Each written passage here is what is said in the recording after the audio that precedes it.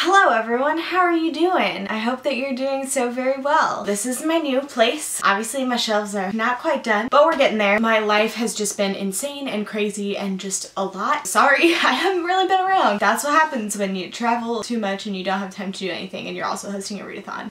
Sorry if I look really tired, because I am. Also, my nails are a mess. Whatever. My life's a mess. Welcome to it. So today I have a lot of different things for you. First up, I do want to address a thing and a book that will not be in this haul. A couple weeks ago, I posted a review for Carve the Mark by Veronica Roth. And after the fact, it was brought to my attention that there were some seriously harmful and problematic things in it. Things having to do with race. Obviously, I am ashamed and horrified at myself that I did not catch this in reading it. And I'm so sorry to any of you that were hurt by that. I'll be adding a note to my review and to my video review. I just honestly have not had the time to sit down and write it because I want it to be a thoughtful response. I talked a bit about it on Twitter, but I wanted to address it here on YouTube. I don't want to say much more about it because I want to link people down below who are actually of the marginalized groups that were affected. Those are the resources and the people you should be looking to, not me. I'm going to address it, but I want to point you to them as much as humanly possible. And I also want to say advice for myself and for people out there. In situations like this, always default to the people who are being marginalized. As a white person, I have no room to tell somebody that has a different experience than me how they should be feeling about certain comments and in certain situations. That's something I always want to say in situations like this and when things like this arise. What you can do is listen and do better, and that's what I am attempting to do every day. I am not perfect, I am a human being, and I will always mess up and screw up and make mistakes. But thanks for sticking alongside me despite all of my failures and faults. Along with the resources, I will be linking some people that you should follow to keep up to date on diversity happenings. There's just a lot of people that have made me a better person by following them and having their tweets on my timeline. I've learned so much from them. Now let's get into the unboxing. First up, I'm going to show some really exciting stuff that I got. There's this letter that I got from the BFG himself. I got some really cool stuff from him. I really liked this movie and I haven't read the book yet, so I have been needing to read this. So when they contacted me and were like, can we send you this package so you can put it in a haul? I was like, heck yes you can. First up, we've got these few things. It came with this really cool tiny little mason jar, as well as these glow sticks that I put inside of the mason jar, because if you haven't seen the movie or read the book, the BFG captures dreams and they all live inside of little jars, which is just what I'm assuming the glow sticks were for, so I went ahead and did it. So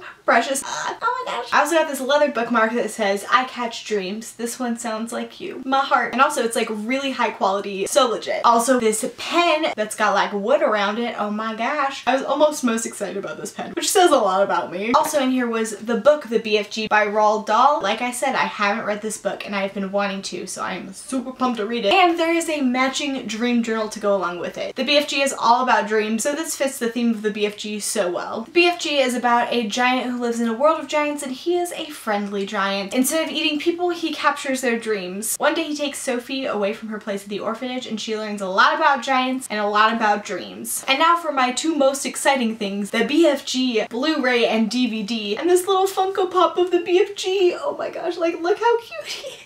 I literally freaked out when I opened this. I was so excited. I was like, I can't believe there's a Funko Pop in here. I can't. I'm trying to hold everything up, kind of failing, but you can see all the stuff that I got from the BFG. Shout out to the BFG for sending me this. I am so grateful. My mom and my grandma both haven't seen it. I get to show it to them and let them experience the magic of the BFG. Check it out for yourself. Now available on DVD, obviously, so go get it for yourself. And that leads me into our next section, which is me unboxing the December Owlcrate box. I know normally I do a video specifically for Owlcrate. I am sorry Owlcrate, but I just have not had the time to film, so I want to get it out. I want to show you guys. I want to unbox it, so I gotta fit it in somewhere. I know this month's theme is epic. That's really all I know. I also know that I'm not supposed to do a knife towards myself, but I'm doing it anyway. Sue me. Open it.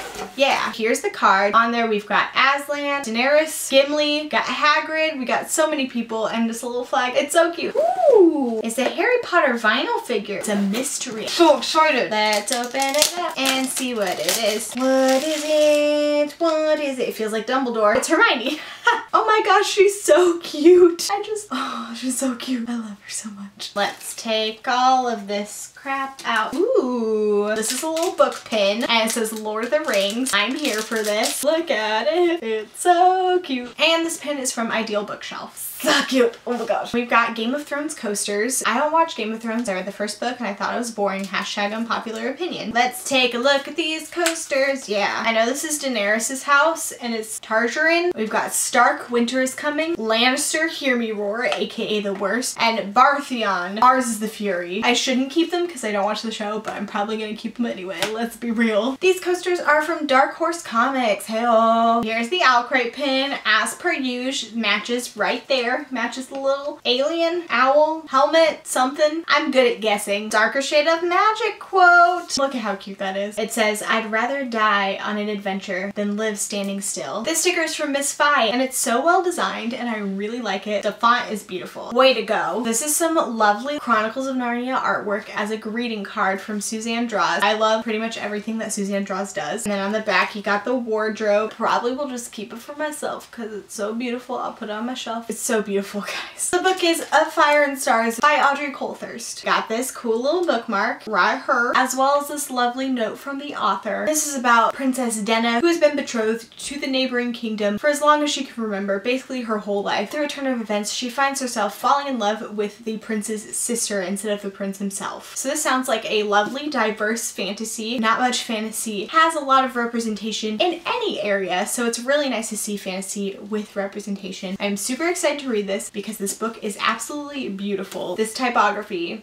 I'm excited to pick this up. The theme of January's box is Classic Remix. It will also feature some tea, which you know, I'm always down for my tea. Here's everything that came in this Owlcrate box. Hey-oh! We've got the Hermione mini vinyl figurine, cute as a button, these Game of Thrones coasters, this Darker Shade of Magic sticker, this awesome Lord of the Rings pin, this Chronicles of Narnia greeting card, and the book, which is Of Fire and Stars by Audrey Coulthurst. Thank you so much to Owlcrate, as always, for sending me this box. Honestly, I just love Owlcrate so much. I know I say that every time, but they've been such a huge part of the BookTube community, and they have supported creators from the beginning, and I am so thankful to them for that. Owlcrate, you the best! Next up, I got a super fun package from Tortine. I got an arc of the book To Catch a Killer by Cheryl Scarborough, and this super cool forensics kit and other stuff. Like, what? In here, there is a black light to look for smudges and such with and so forth. There's also a straight up fingerprint kit. Like, this is fingerprint dust right here, and the little brush, and then you can capture the fingerprints with this little thing right here. I was not expecting a straight up forensics kit when I opened this, but that's what it was. This is about a girl named Erin. Her life started really as a crime scene. Her mom was murdered and she was survived by the body for 3 days, so her name has always been linked to crime. She essentially becomes a normal teen until later another crazy brutal homicide happens to her teacher. So once again, she's caught up in this crime mix and she decides to take on the case herself. It sounds a bit like a Nancy Drew teen solving crimes kind of thing, and I love me some good mystery, so I'm really excited to read this. It's out February 7th of 2017. I will probably read it before then, and I'll let you know my feelings so you can decide whether or not you want to pick this book up. I was also sent Something in Between by Melissa De La Cruz. I actually did a sponsored tag for this book, and I've read it. I've talked about it a lot, so brief synopsis if you haven't seen it before. This is about a girl who is an undocumented immigrant. She doesn't know that until she gets this huge scholarship, and then her parents tell her, and it kind of shatters her dreams, and the rest of the book is her trying to figure out what she needs to do after having that knowledge kind of thrust upon her. It's a really important story for right now to just humanize the issue of immigration. Would definitely recommend you read this. I also got Harry Potter and the Chamber of Secrets, the illustrated edition by J.K. Rowling, illustrated by Jim Kay. I actually got this slightly on a whim. I was supposed to go to Florida the first week of October, if you didn't know, but then freaking Hurricane Matthew happened. So then I spent some of the money I was gonna spend in Florida on this book because I was feeling real sad. Y'all know what Harry Potter's about. I'm not gonna explain it, but it's just so beautiful. It's so much beauty. And last of the random books that I have is Heartless by Marissa Meyer. This is a Queen of Hearts retelling, and that's basically all I know. This is an exclusive cover, which is really exciting. The other cover is black, I believe, but I just want to show off this naked book. I honestly can't deal. I will never ever be over it. It's so beautiful. And to finish off this video, I'm going to be showing you the books that I got on Black Friday from Book Outlet. If you didn't know, I'm a Book Outlet vlogger friend. Basically, that means they give me money. If I buy books from them, I talk about them. If I don't, I don't. That's the deal. It's a very chill sponsorship. I'll leave a link down below, and if you want to see all the books I've ever bought, you can check it out. You can buy them for yourself. First up, I've got The Star-Touched Queen by Roshani Chokshi. I'm 1000% sure that I butchered that name. I am very sorry. This is about a girl named Maya who has been cursed with a marriage of death and destruction, so she's just like, nah, not gonna do the marriage thing, just gonna pursue school instead. But then her father goes behind her back and arranges her marriage to this king, and she just finds herself as queen of this whole kingdom, and she's like, what is even happening? And then there's some cool mystery stuff up in here. here. I'm pretty sure this is an Own Voices book, so I have been wanting to read more diversely, read more Own Voices books, trying to do that. I've heard great things, the sequel's coming out, and I'm super pumped to read it. I'm not gonna lie, I've been very hesitant about picking up this book because I've heard a lot of mixed things. I've heard a lot of people love it, a lot of people hate it. I still don't know that much about it. I know it's fantasy. I've heard a lot about people that have been labeled as one thing and them trying to break away from those labels. So I'm not sure exactly what that looks like, but we'll see. If you like this book, let me know. Maybe I'll read it sooner rather than later. Next up is Shadow Scale by Rachel Hartman. Also, can we appreciate the lovely rainbow iridescence that it has. This is the sequel to Seraphina, which is about a girl dragon. She's half dragon, half human, and she's living in this world where humans and dragons kind of don't really get along. There's a lot of tension between the two, and so she's trying to navigate the worlds between them. I liked Seraphina, I didn't love it, but then as always I saw Shadow Scale on Book Outlet for real cheap and I was like, I need it, so I got it. I want to know how this duology ends. Next up I've got The Bone Gap by Laura Ruby. Again, a book I don't know a ton about, but I've heard awesome things. I've heard buzz about it and that people liked it, so I was like,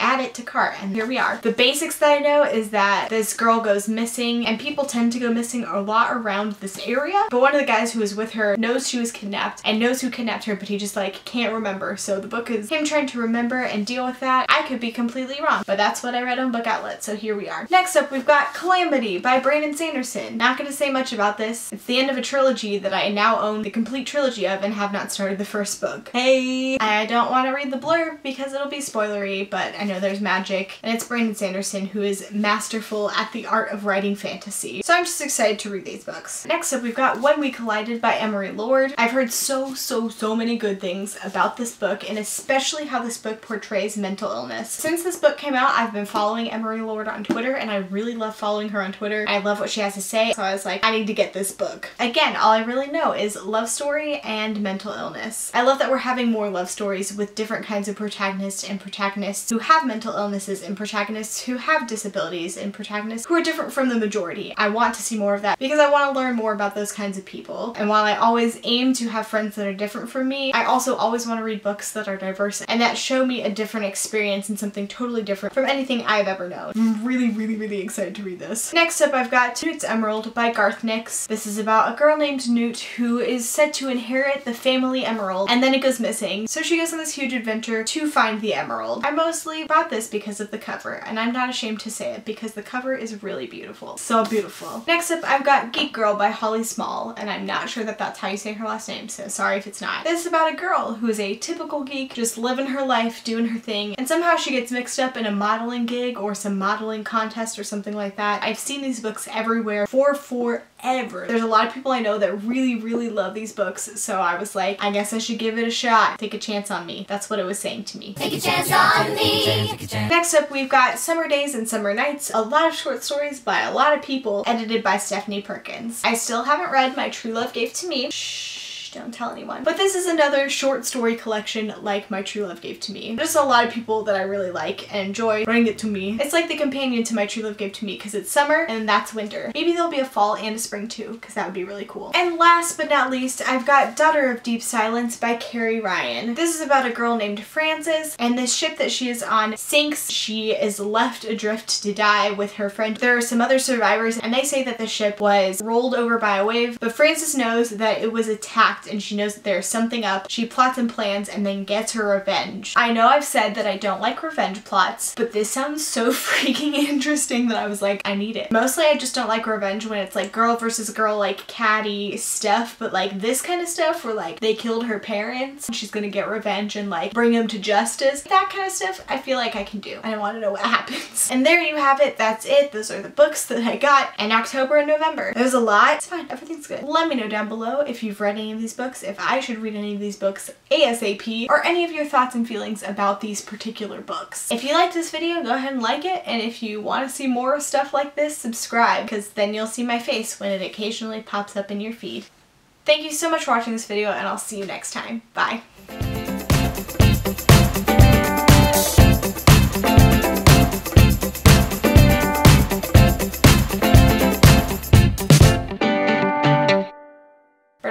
Leather heart. I know nothing about this book. I'm way too tired for that. Where is this box? Other people drink tea, I drink Mountain Dew.